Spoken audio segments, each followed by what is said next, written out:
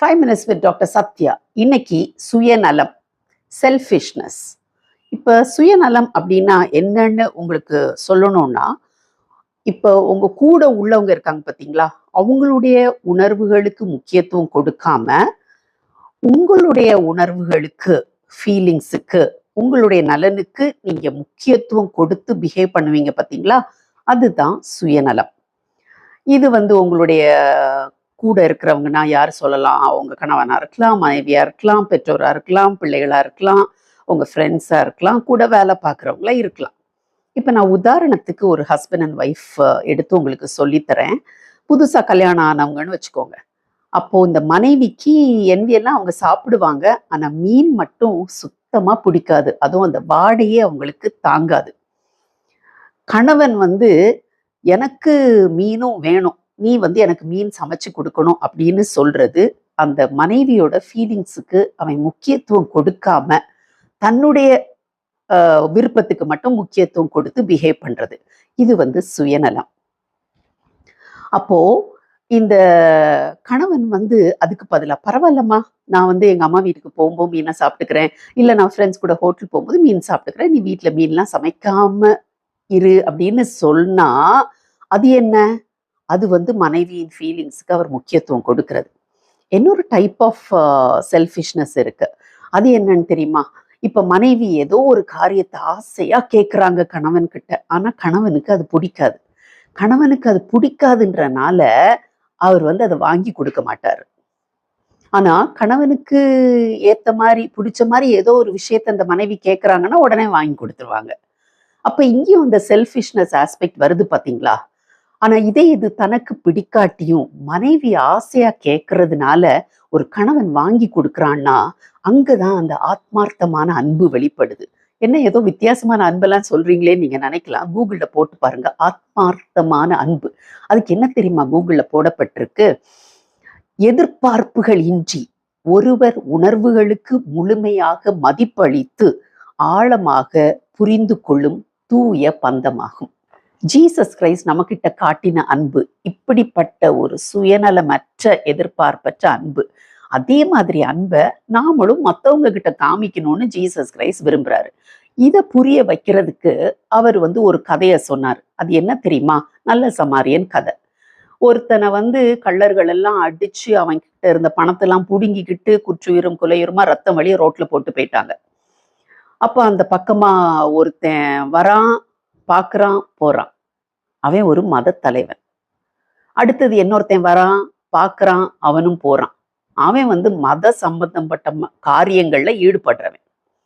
மூணாவது இன்னொருத்தன் வரான், பார்க்குறான், அவன் உதவி செய்யறான். அவனுடைய காயங்கள் எல்லாம் கட்டி அவனை தூக்கி தன்னுடைய கழுதை மேல படுக்க வச்சு, ஏன்னா அந்த காலத்துல எல்லாம் கழுதை தான் மோட் ஆஃப் டிரான்ஸ்போர்ட்னு வச்சுக்கோங்களேன், அதுல தூக்கி அவனை படுக்க வச்சு கூட்டிட்டு போறாரு. அப்படின்னா இவர் நடந்துதான் போயிருப்பாரு. போயிட்டு ஒரு சத்திரத்துல அவனை சேர்த்து அவனுக்கு செலவழிக்கிறாரு, பணம் எல்லாம் செலவழிக்கிறாரு. இந்த காலத்துக்கு ஏத்த மாதிரி நான் என்ன சொல்லுவேன், ஒரு ஹாஸ்பிட்டல்ல கொண்டு போய் சேர்த்து அவருக்காக பணம் செலவழிக்கிறார். அந்த மனுஷன், அவனை நல்ல சமாரியன்னு சொல்லாமா, அவனுடைய கம்ஃபர்ட் ஜோன்ல இருந்து இறங்கி இந்த மனுஷனுக்கு ஹெல்ப் பண்றான். அவனுடைய வாகனத்துல இவனை படுக்க வச்சு கூட்டிட்டு போறான், அவன் நடந்து போறான், அவனுடைய பணத்தை செலவழிக்கிறான், அவனுடைய டைம் எல்லாம் செலவழிக்கிறான் இல்லையா? இது எதிர்பார்ப்பற்ற சுயநலமற்ற அன்பு. அந்த மனுஷனுக்கு பாத்தீங்கன்னா அவங்கிட்ட ஒண்ணுமே இல்லை, அவன் பணத்தை எல்லாம் புடுங்கிட்டாங்களா, அவனுக்கு இவருக்கு கொடுக்கறதுக்கு ஒண்ணுமே இருந்திருக்காது. ஆனாலும் இவர் உதவி செய்யறாரு. இதுதான் செல்ஃபிஷ்னஸ் இல்லாத அன்பு. அப்போ நம்ம கிட்ட இப்படிப்பட்ட ஒரு அன்பு இருக்கணும்னு தான் ஜீசஸ் கிரைஸ்ட் விரும்புறாரு. ஆனா நம்ம ஆட்களை பார்த்தா மனைவி கிட்ட சுயநலமற்ற அன்பை காமிக்க முடியல, கணவன்கிட்ட காமிக்க முடியல, பெற்றோர்கிட்ட காமிக்க முடியல, பிள்ளைங்க கிட்ட காமிக்க முடியல.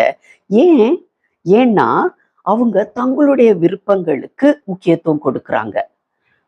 இப்போ உலகத்துல நடக்கிறதெல்லாம் பார்த்தீங்கன்னா, உலகம் கடைசி காலத்துக்குள்ள போயிட்டு இருக்கு. பைபிள்ல இதை பத்தி சொல்லப்பட்டிருக்கு பாருங்க. 2 தீமோத்தேயு 3ஆம் அதிகாரம் 1-2 வசனங்கள். மேலும் கடைசி நாட்களில் கொடிய காலங்கள் வரும் என்று அறிவாயாக. இப்ப நடக்கிறதான் சொல்றாரு. அடுத்த வசனத்துல எப்படி எனில் அப்படின்னு சொல்லிட்டு கடைசி காலத்துல மனுஷங்க எப்படியெல்லாம் இருப்பாங்கன்னு சொல்லி ஒரு 19 காரியங்களை சொல்றாரு. அதுல முதல்ல என்ன தெரியுமா சொல்றாரு? மனுஷர் தற்பிரியராய் இருப்பார்கள். இங்கிலீஷ் பைபிள்ல என்ன போட்டிருக்கு? People will be lovers of themselves, செல்ஃபிஷா இருப்பாங்க அப்படின்னு போடப்பட்டிருக்கு. இதுக்கு பதிலா நம்ம எப்படி இருக்கணும்? பிலிப்பியர் 2ஆம் அதிகாரம் 4-5 வசனங்கள் பாருங்க. அவனவன் தனக்கானவைகளை அல்ல, பிறனுக்கானவைகளையும் நோக்குவானாக. கிறிஸ்து இயேசுவில் இருந்த சிந்தையே உங்களிலும் இருக்க கடவது. In your relationships with one another, have the mindset of Jesus Christ. அதுதான் அங்க சொல்லப்பட்டிருக்கு. அப்ப இன்னையிலிருந்து நீங்களும் நானும் எப்படிப்பட்ட அன்புள்ளவங்களா இருக்கணும்? சுயநலமற்ற அன்புள்ளவங்களா இருக்கணும். செல்ஃபிஷா இருக்காதீங்க. அது நிச்சயமாகவே கடவுளுக்கு பிரியமில்லாத ஒரு காரியம். God bless you. Hi friends. சுயநலம்னா என்ன? ரொம்ப செல்ஃபிஷா இருக்காது அப்படிலாம் நம்ம மற்றவங்க கிட்ட சொல்லுவோம்ல. ஸோ அதுனா என்ன? சுயநலம் உள்ள அன்பு, சுயநலமற்ற அன்பு, அந்த டிஃப்ரென்ஸை உங்களுக்கு நான் சொல்லியிருக்கிறேன். கட்டாயம் நீங்கள் இந்த வீடியோவை நிறைய பேருக்கு ஷேர் பண்ணுங்க. அது மட்டும் இல்லை, இந்த சேனலுக்கு சப்ஸ்கிரைப் பண்ணுங்க. இன்னொரு விஷயம் சொல்கிறேன். நல்ல சமாரியன் அப்படின்னு ஒரு 5 minutes வீடியோ நான் ஏற்கனவே பண்ணியிருக்கிறேன். அதுக்குள்ள லிங்கையும் நான் கொடுக்குறேன். அதையும் கட்டாயமாக கேட்டு பாருங்க. தேங்க்யூ. God bless you.